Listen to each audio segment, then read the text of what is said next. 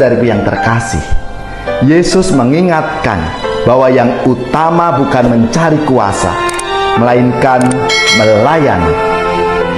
Dengan ini konsep para murid akan arti kehormatan dan kuasa itu dikoreksi. Saudari-saudaraku yang terkasih, berjumpa kembali bersama saya Inspirasiku di Antara. Renungan Harian Rabu 4 Maret, Pekan Prapaskah yang kedua.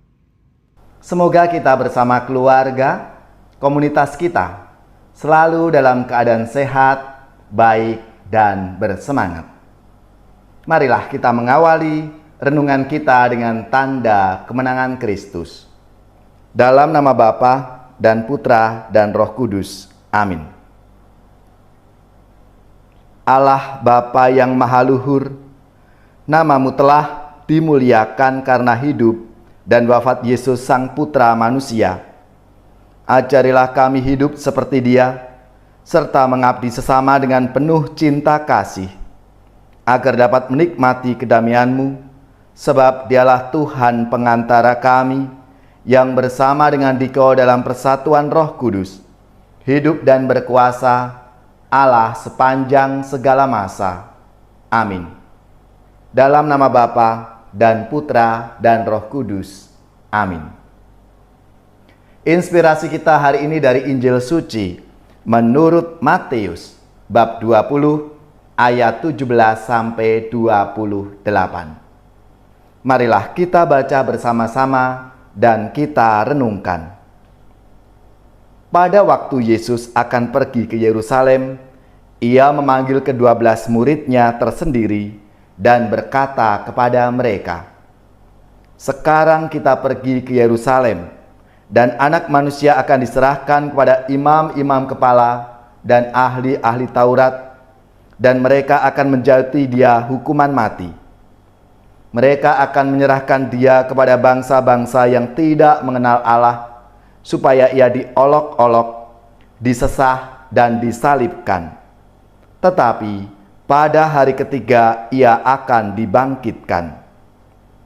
Maka datanglah ibu anak-anak Zebedeus beserta anak-anaknya kepada Yesus, lalu sujud di hadapannya untuk meminta sesuatu kepadanya. Kata Yesus, "Apa yang kau kehendaki?"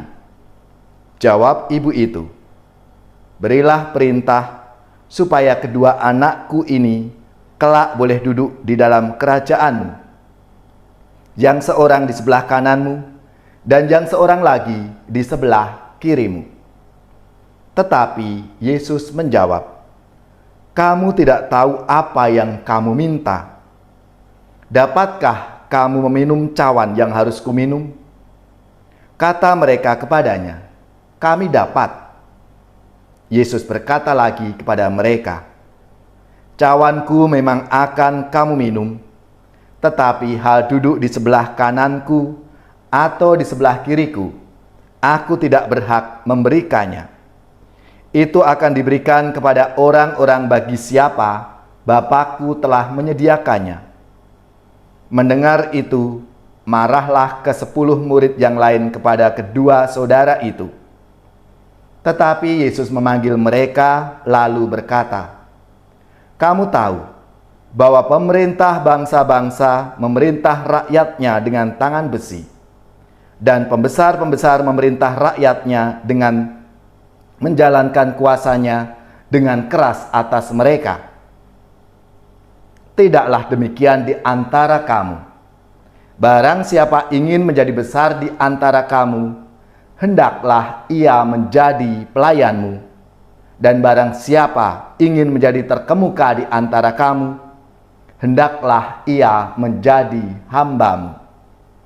Sama seperti Anak Manusia, Ia datang bukan untuk dilayani, melainkan untuk melayani dan untuk memberikan nyawanya menjadi tebusan bagi banyak orang." Demikianlah sabda Tuhan. Terpujilah Kristus. Saudari-saudaraku yang terkasih, menjadi besar sering disamakan dengan jabatan, kuasa, pengaruh, dan lain sebagainya.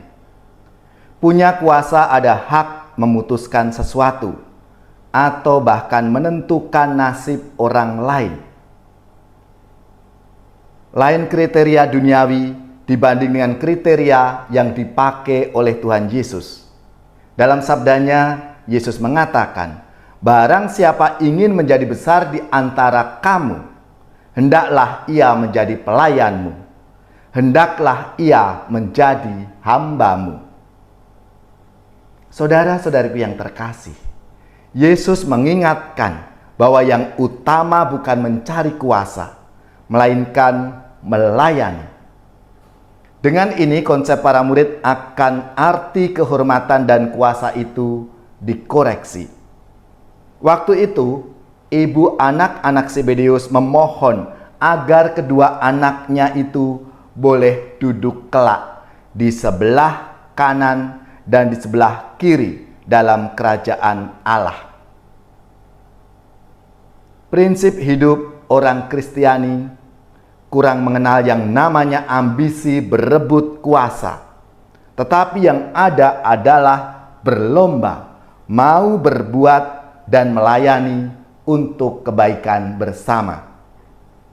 Masa Prapaskah adalah kesempatan bagi kita untuk menyadari panggilan dan tugas pelayanan sebagai murid-murid Yesus. Masa kali ini adalah saat pemurnian hati dan pikiran kita yang tercermin dalam sikap dan perilaku. Kita diajak masuk dan merasakan penderitaan bersama Kristus dalam setiap orang, dalam setiap situasi yang kita alami dalam kehidupan kita sehari-hari. Saudari-saudaraku yang terkasih, marilah seturut sabda Tuhan hari ini, kita semua dipanggil untuk menjadi pelayan-pelayan, menjadi hamba dan abdi Tuhan. Dalam kehidupan kita, mulai dari keluarga kita masing-masing, komunitas kita, lingkungan, gereja, dan masyarakat, untuk mengabdi, melayani Tuhan dan sesama kita.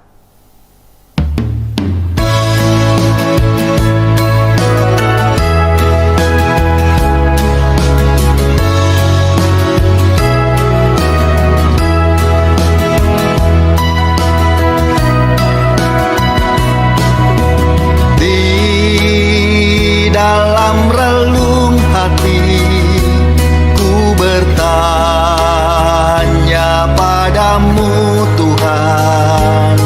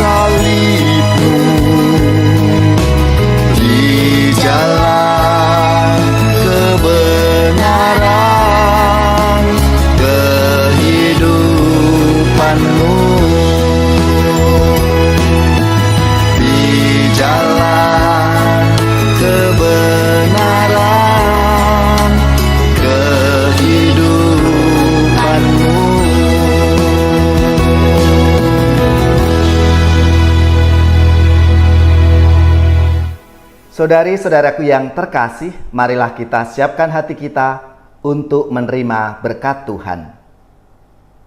Semoga saudari-saudara sekalian, keluarga-keluarga, komunitas kita, orang-orang yang kita doakan, mereka yang sakit, yang menderita, seluruh tugas, belajar, pekerjaan, usaha, serta karya pelayanan kita, dibimbing, dilindungi dan diberkati oleh Allah yang Maha Kuasa, Bapa dan Putra dan Roh Kudus.